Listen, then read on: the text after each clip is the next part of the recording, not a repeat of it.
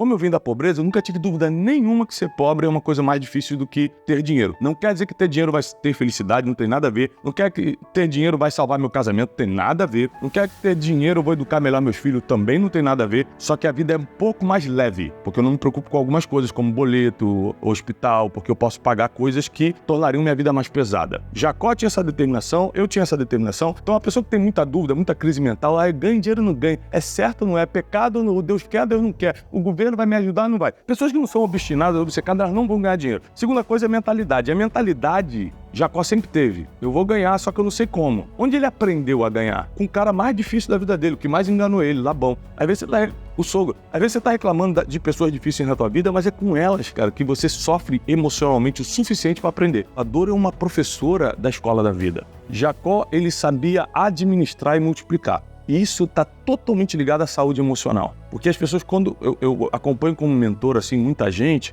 que ganha muito dinheiro, fama muito rápido, eles se perdem muito rápido também. E aí você vai analisar o fundo da história, é totalmente emocional, entendeu? Ela não consegue pensar igual o Perini, que está pensando em enriquecer há muitos anos, aí vem de um processo. Processos são muito bons, que te amadurecem. Tudo que é de um dia para o outro vai dar problema, porque você não tem maturidade suficiente para lidar com o resultado daquilo. Então, se hoje ele ganhar 1 bilhão, tenho certeza. Aliás, esse é um dos sinais de quem tem propósito, é a tua conta bancária multiplicar e a tua rotina continuar. Talvez muita gente que está nos assistindo aqui fala, pô, peraí, eu sou obcecado, eu trabalho pra caramba, você faz todo dia as mesmas coisas, se você não tem o parar e pensar, o ócio criativo, a estratégia para falar como é que eu vou melhorar, você vai continuar fazendo a mesma coisa pro resto da vida e ganhando a mesma coisa, porque você não muda, você não faz diferente dos outros. E tem uma outra história muito antiga também, que mostra isso que você disse, que a mente ganha do braço, que envolve um filósofo pré-socrático, que era o Tales de Mileto. O Tales estava numa cidade onde todo mundo fazia comércio, Mileto era muito importante, ele era filósofo. Aí os amigos dele, comerciantes, falavam, Tales, quem pode faz, quem não pode, filosofa. Aí o Tales pensou, então vou mostrar pra esses caras. O Aristóteles conta isso. Fala que o Tales, que conseguiu prever um eclipse naquela época, ele olhou através das estrelas e viu que a colheita de azeitonas seria muito mais forte do que o usual. Só ele sabia disso. Então ele pegou todas as economias, tomou risco, ele foi pra incerteza, e ele alugou todas as prensas de azeitona, transformou a azeitona em azeite, da cidade de Mileto e de Quios, que era uma ilha em frente. E aí quando veio a colheita, veio realmente muito maior. Todo mundo queria transformar azeitona em azeite. Quem estava com as prensas alugadas? O Tales. E ele alugou de novo. Esse pessoal ele ficou rico por conta dessa colheita. Ele mostrou, olha, quem filosofa também pode. Ou seja, a mente vai vencer o braço. Exato. A questão da cultura de um povo, a cultura de um país, ou seja, o senso comum, ela pode ajudar ou atrapalhar também as pessoas. Não é? Ou seja, a gente sempre sabe que tudo começa na nossa mente, no nosso comportamento, e depois a gente trabalha, realiza, e o dinheiro é só uma consequência. E ainda pegando uma carona também naquilo que você disse, Caio, incerteza versus perspectiva. Não é essa questão é uma questão cultural. Num país em que nós temos aí 18 milhões de pessoas se preparando para concursos públicos, são pessoas que estão buscando muito mais a segurança. E tá tudo certo, a pessoa querer ser funcionário público, não tem nenhum problema nisso. É diminuir a incerteza, né? Mas a pessoa tá querendo diminuir a incerteza. Ou num modelo de ensino que te prepara para Enem, ou seja, tudo tá fazendo você a se preparar para um Enem, no final das contas você escolher uma profissão, para você trabalhar num lugar por 30 anos e depois viver do INSS. Cara, o teto do INSS, se eu não me engano, é 7.700 e alguma coisa. E decrescente, né? Porque vai perdendo valor. E vai perdendo valor Exatamente. por conta da inflação ao longo do tempo e os ajustes do teto não acompanham a inflação na mesma proporção. E novas reformas que virão no futuro também. E outras reformas sustentáveis.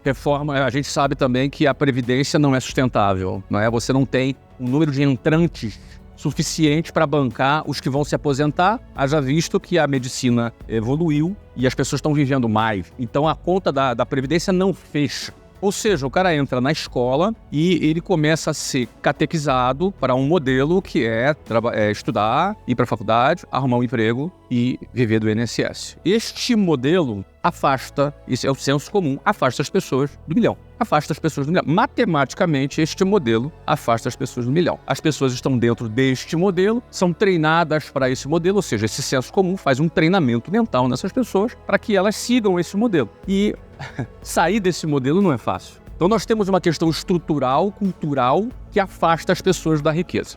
Quem nos ouve deve nos ouvir nesse momento com bastante curiosidade. Exato. Vocês têm a dizer sobre isso? Primeiro cancelamento, vontade. o primeiro cancelamento começa em casa. Eu digo, o primeiro cancelamento começa em casa, geralmente quando você decide um caminho completamente... Sair desse caminho. As primeiras condenações é de pessoas que você precisaria de apoio. Mas é porque se preocupam com a pessoa. Exato, porque A sociedade nos cobra. condenação, a pessoa quer que você não entre numa zona de incerteza. Aí ela acaba Porque ela não quer que você sofra.